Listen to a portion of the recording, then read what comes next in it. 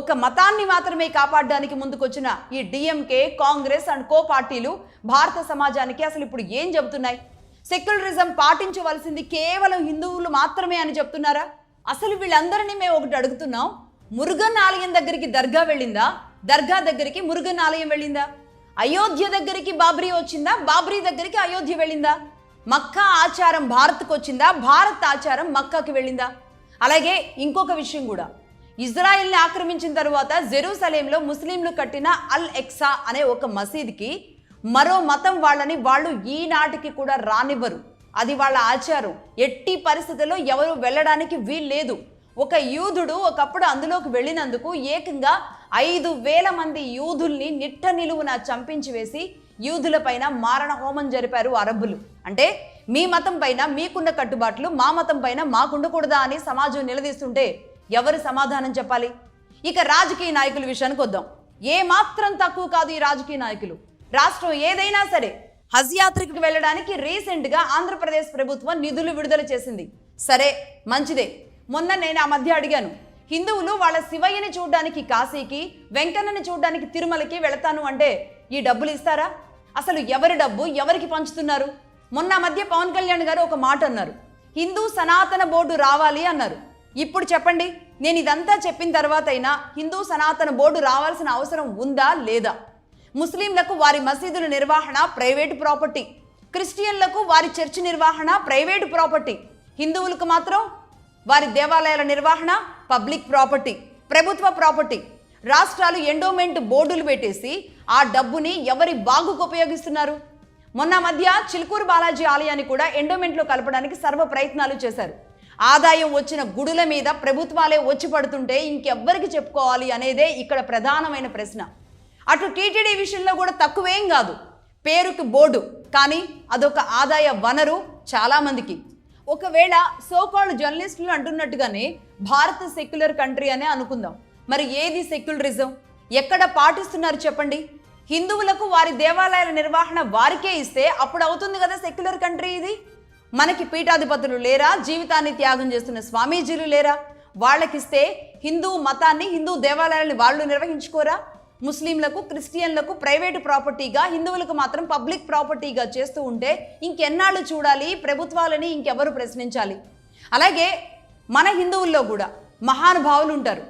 నేను నేను నేను నా కుటుంబం అంటూ స్వార్థంతో నిండిన కొందరు హిందువులకు ఇప్పటికైనా నిజంగా బుద్ధి రావాలి. ఇది ఒక్క రోజుగా జరుగుతున్నది కుట్ర కాదు అని తెలియాలి.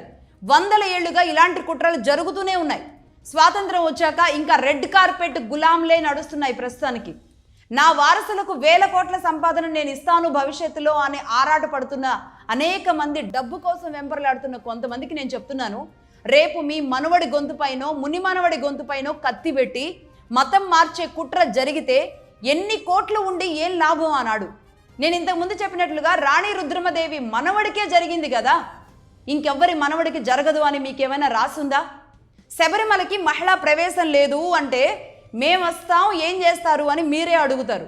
ఏకంగా ఇరుముడిలో శానిటరీ ప్యాడ్స్ పెట్టి పంపిస్తామని వెర్రి పనులు చేస్తూ ఉంటారు. మన రాష్ట్రం నుంచి కూడా ఆనాడు ఒక జర్నలిస్ట్ని పంపిన ఒక ఉద్దండు ఉన్నారు. వాళ్ళని ఏమనాలి? అసలు మన పక్కే ఉంటూ మనతోనే ఉంటూ హిందువులు, హిందూ ఆచారాన్ని వెక్కిరించే ఈ సో కాల్డ్ హిందువులను ఎట్లా మార్చాలి? ఇప్పటికైనా నేను ఒక విషయం చెప్తా. చాలామంది అంటూ ఉంటారు, ముఖ్యంగా మహిళలే అంటూ ఉంటారు, నేను పెద్దగా పూజలు చేయను, నేను సెక్యులరిస్ట్ని, నేను అన్ని మతాలను నమ్ముతాను అని వెకిలి మాటలు, వెకిలి నవ్వులు నవ్వే సో కాల్డ్ హిందువులు ఈ పిచ్చి చేష్టలే ఆపాలి. సిగ్గు, శరం, చీము, నెత్తురు మాకు లేదు అనుకుంటే గనక, మేము ఇలాగే బతుకుతాం అనుకుంటే గనక వీళ్ళని ఎవ్వరూ బాగు చేయలేరు. అదే ఇప్పుడు ఏ హిందూ దేవాలయానికి వ్యతిరేకంగా ఇలాంటి తీర్పు వచ్చిందే అనుకోండి, ఈ కాంగ్రెస్ అండ్ టీం బయలుదేరుతారా?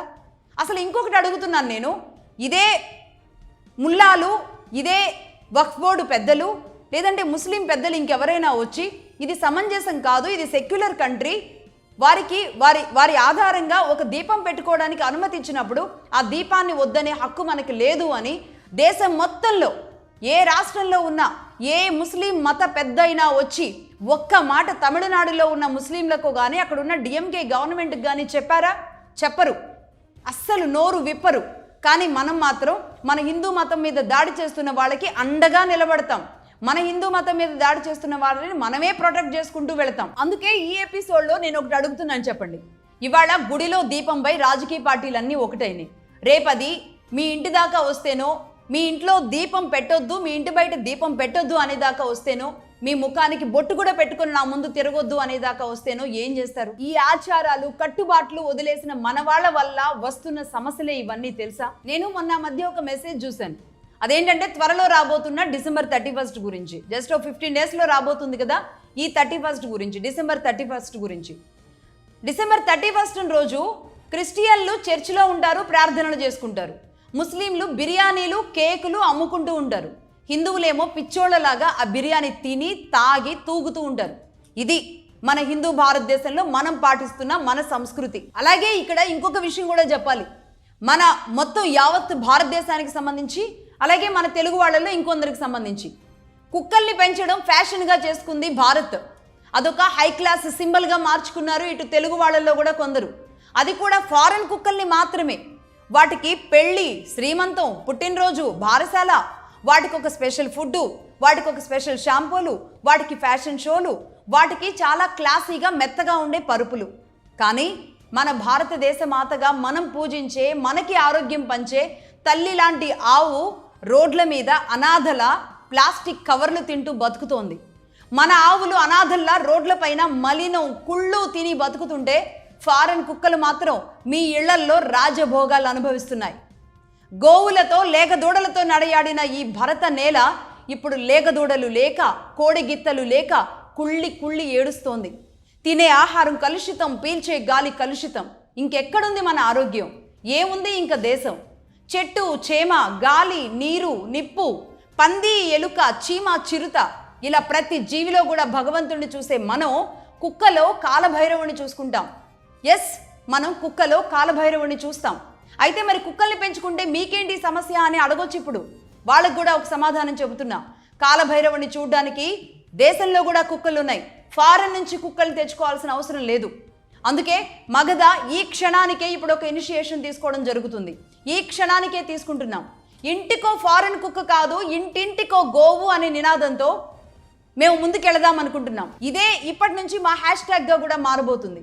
ఎంతమంది మాతో కలిసి వస్తారో, ఎంతమంది గోవుల రక్షణ కోసం ఖర్చు పెడతారో, ఎంతమంది గోవుల రక్షణ కోసం నిలబడతారో ఇప్పటి నుంచి ఒక ఉద్యమంలాగా కొనసాగిద్దాం.